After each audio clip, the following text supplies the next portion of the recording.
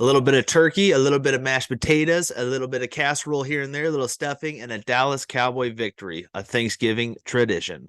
Before we get into today's video, guys, I just want to give a special shout out to today's sponsors, starting with Gold Fine and Bowles, lawyers for the injured. Personal injury, workers' compensation, those are their two things, but any sort of legal advice, they're the people to call. Give them a phone call, 309 673 5144. Tell them we sent you, okay? And I'd also like to shout out SeatGeek for sponsoring today's video as well. Use promo code PlayBookSports on their website to get $20 off your first purchase of $30 or more. Let's get back to the video. What's going on, guys? Welcome back to another video brought to you by the Playbook Sports Podcast. My name is Colin, recapping the Dallas Cowboys Thanksgiving Day victory over the Washington Commanders, 45-10, a record-breaking performance as DaRon Bland is the first player in NFL history to have 5 pick sixes in a single season. Great win on Thursday afternoon for the Dallas Cowboys. Another lackluster team, though. That's all the media is going to say. Another bad team that Dallas was the home team against, and they beat the ever-living shit out of them as they should have. But you're not going to get much credit for this win, as sad as it is. 45-10, as mentioned, Dak Prescott was rolling. 4 more passing touchdowns, 300 more yards, making his case for that MVP potential conversation. Sam Howell on the other side didn't have a bad day, 300 yards passing, and it looked like he was under duress all day long. Washington's offensive line isn't very good. We knew that going into the game, and they didn't look great in the game. Speaking of, let's talk about some individual statistics while we're at it here, recapping. Sam Howell, as I mentioned, 300 yards passing, 28 of 44 on the day. That's about 6.8 on average for completion. 0 touchdowns thrown. He threw that 1 interception. As I talked about, record-breaking interception. Was sacked 4 times on the day for 32 total yards. Brian Robinson was our X factor for Washington's offense that we gave out. 15 carries on the day, rushing only 53 yards, no touchdowns. Kind of a lackluster day for Washington's one of their better threats offensively. Receiving yards, really, it was Curtis Samuel. That was the big shocker here. Really, the wide receiver 3 or 4, really the 3 in Washington behind Jahan Dotson and Terry McLaurin. Curtis Samuel had 9 catches on the game for 100 yards. 12 targets is a lot. 9 catches on 12 targets, 100 yards, no touchdowns. Big receiving game for Curtis Samuel. Jahan Dotson, as mentioned, 5 catches for 52 yards as well. Really good. And then McLaurin, 4 catches for 50 yards. Moving on to the Dallas Cowboys statistics individually, Dak Prescott, as I mentioned, 331 passing yards on the game, 4 passing touchdowns, no interceptions, was not sacked at all. 22 completions on 32 attempts. Pretty solid day, 142.1 passer rating.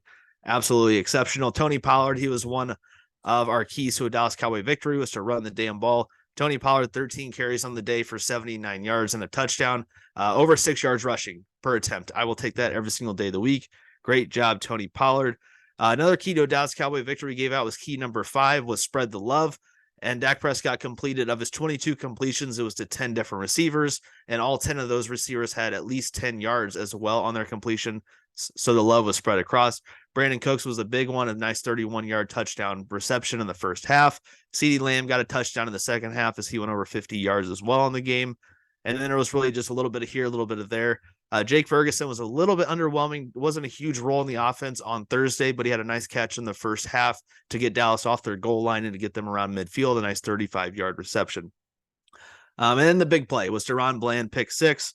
I don't think I've ever been as bloated as I was, and being able to get as high as I got off of the couch. Was absolutely slumped reclining on the couch as soon as he jumped that route and picked it off. Airborne onto my feet, and is like, is he going to return this for a touchdown and break the record? The way the blocks were setting up, it looked like either Sam Howell was going to get him or Brian Robinson mixed with Terry McLaurin were going to double team and bring him down. But he got out of all of it and took it home for a record-breaking pick 6 and a big Sunday win.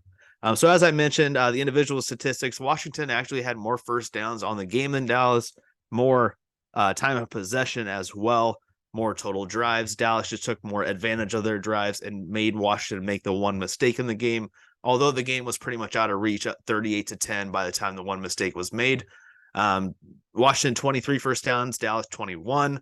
Washington ran 25 more plays offensively than Dallas ran, but Dallas had, quick math here, about 56 more yards offensively on 25 less plays. They averaged almost 9 yards per play. Dallas said that's insane. 331 yards passing to 268, as I mentioned.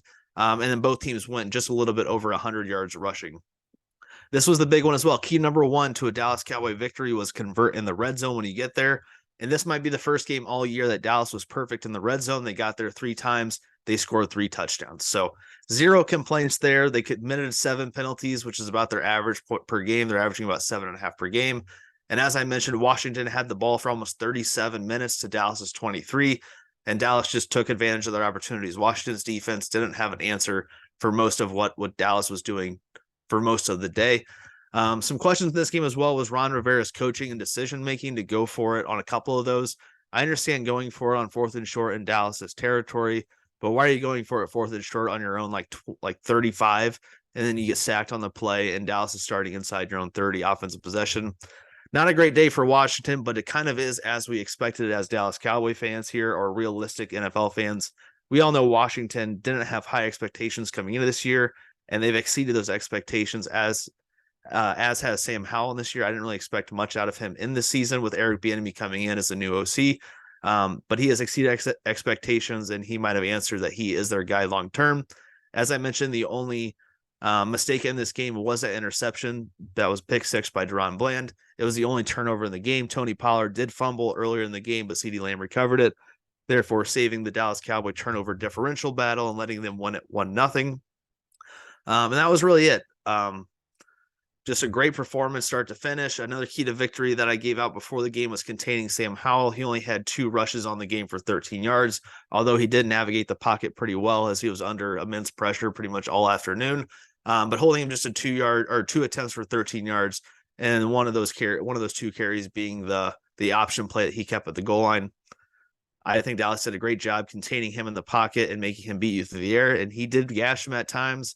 But they bent and they didn't break as they beat the Commanders 45-10, not allowing them to score in the second half as it was 20-10 at halftime.